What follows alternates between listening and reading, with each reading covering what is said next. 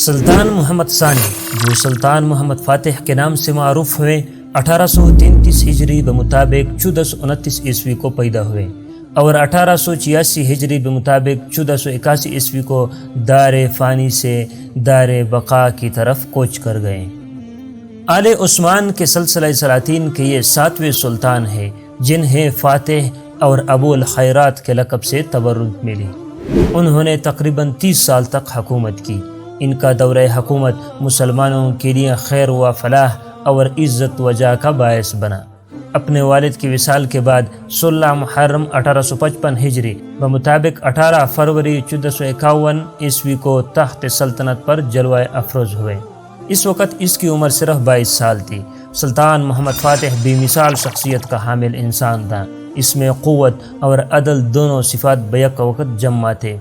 اس طرح مختلف علوم و فنون میں وہ اپنے ہم عصروں پر سعر سنی سے فوقیت رکھتا تھا۔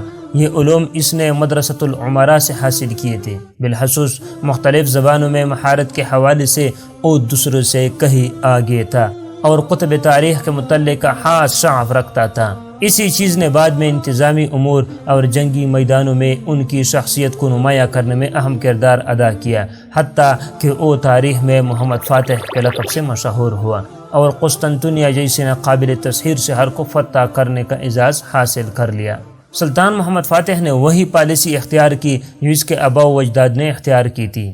تخت نشین ہونے کے بعد سب سے پہلے اس نے مختلف تنظیمی اداروں کی تنظیم نو کی اور مالی امور کو بہتر بنانے کی طرف خصوصی توجہ دی۔ اس نے ملکی ذرائع آمدنی اور اخراجات کی اس طرح منصوبہ بندی کی کہ اسراف اور عیش و حشرت کی کوئی گنجائش نہ رہی۔ فوج کی بھی تنظیم نو کی اور اس کی مختلف شعبوں میں پائی جانے والی کمزوریوں کو دور کرنے کی طرف خصوصی توجہ دی۔ فوج کے لیے خصوصی رجسٹر بنائے اور ان کی تنخواہوں میں اضافہ کیا۔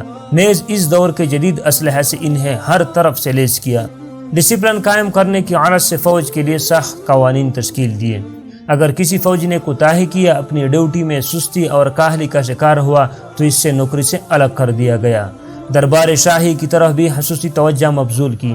تجربہ کار منتظمین اور بہترین جرنیل اس کی مدد پر متعین کیے جنہوں نے سلطنت کے استحکام اور ترقی میں بھرپور حصہ لیا۔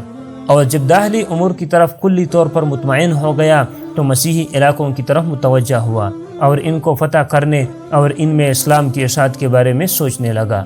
ان اہداف کو پورا کرنے کے سلسلے میں بہت سے عوامل اس کے مددگار ثابت ہوئے۔ ایک تو بازنطینی شہنشاہیت یورپ کے دوسرے سلطنتوں کے ساتھ تنازعات کے سبب کمزور ہو چکی تھی اور اس سے داخلی اختلافات کا بھی سامنا تھا۔ اس کے تمام علاقوں اور شہروں میں حکومت کے خلاف لاوا پک رہا تھا۔ سلطان محمد یہ سب کچھ اپنی آنکھوں سے دیکھ رہا تھا۔ اس نے اس موقع سے فائدہ اٹھانے کے لیے اپنی تمام تر قوت دو پر لگا دیے تاکہ بازنطینی شہنشاہیت کے دارالحکومت قسطنطنیہ کو فتح کر کے کامیابیوں کا تاج سر سجائے اور عالم اسلام کے خلاف دشمن تحریکوں کے ایک اہم اور مرکزی قلوں کو منہدم کر دے جو عرصہ سے اسلام دشمن سازشوں میں مصروف تھا، اور اس طرح پوری مسیحیت بالعموم اور بازنطینی شہنشاہیت کو بالخصوص مغلوب کرے۔ محمد اس سے دولت عثمانیہ کا دارالحکومت بنا کر ان خوابوں کی تعبیر چاہتا تھا جس کے تعبیر سے اس کے پیشرو اسلامی لشکروں کے قائدین عاجز رہ گئے تھے۔